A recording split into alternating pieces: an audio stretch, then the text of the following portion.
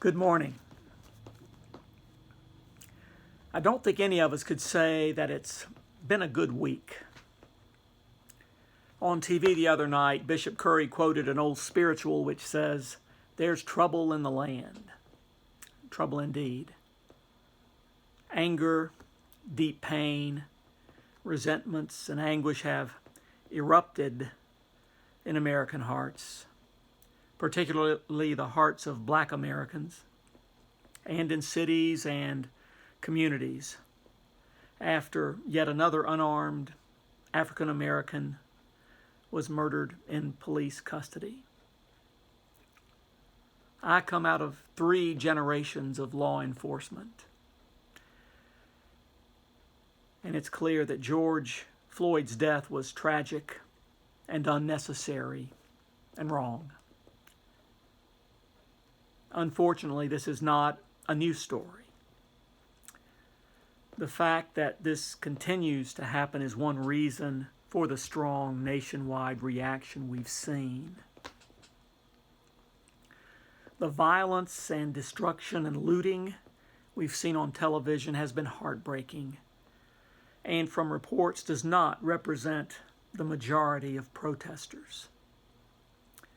These crimes are opportunistic, unacceptable, and seem always to hurt persons who were already victims.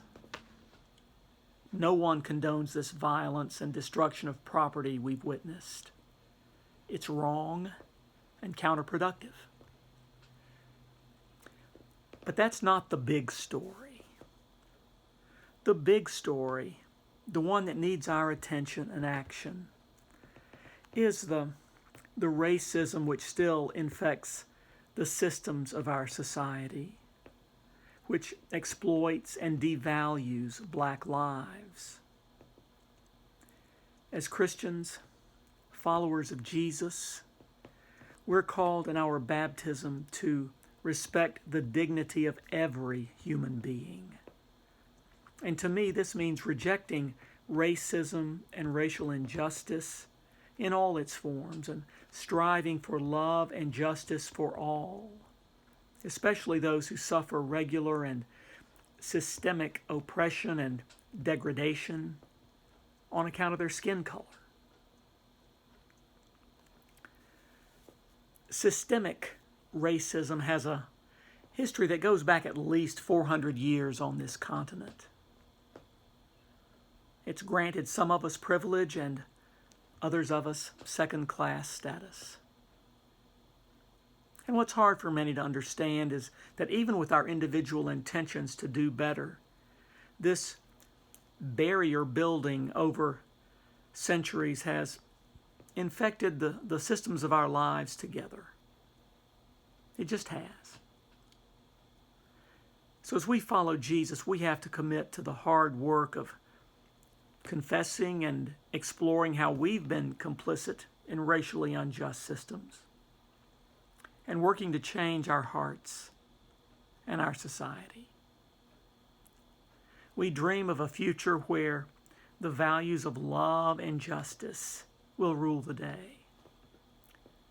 I hope our guiding light will be Jesus' command to love one another as I have loved you, and to love not just in word and speech, but in truth and action. I also want to read to you from Paul's letter to the Ephesians.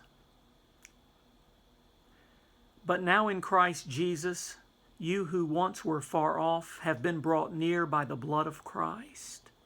For he is our peace. In his flesh he has made both groups into one, and has broken down the dividing wall, that is the hostility between us.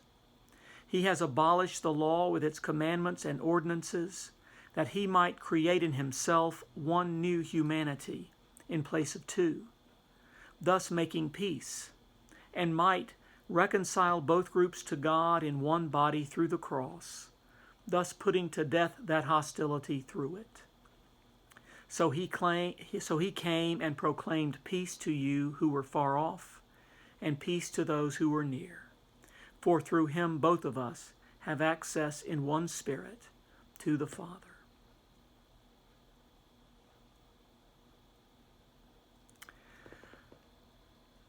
And let me also just remind you on other matters that either in this email or in a separate one, that's not clear yet as I record this, I'm putting out a first of what will be several letters this month on what reopening will look like. So look out for that as we move toward July, which is the tentative movement of our diocese into stage 2 of our response to the pandemic. So y'all stay safe out there. I look forward to being with you virtually on Sunday.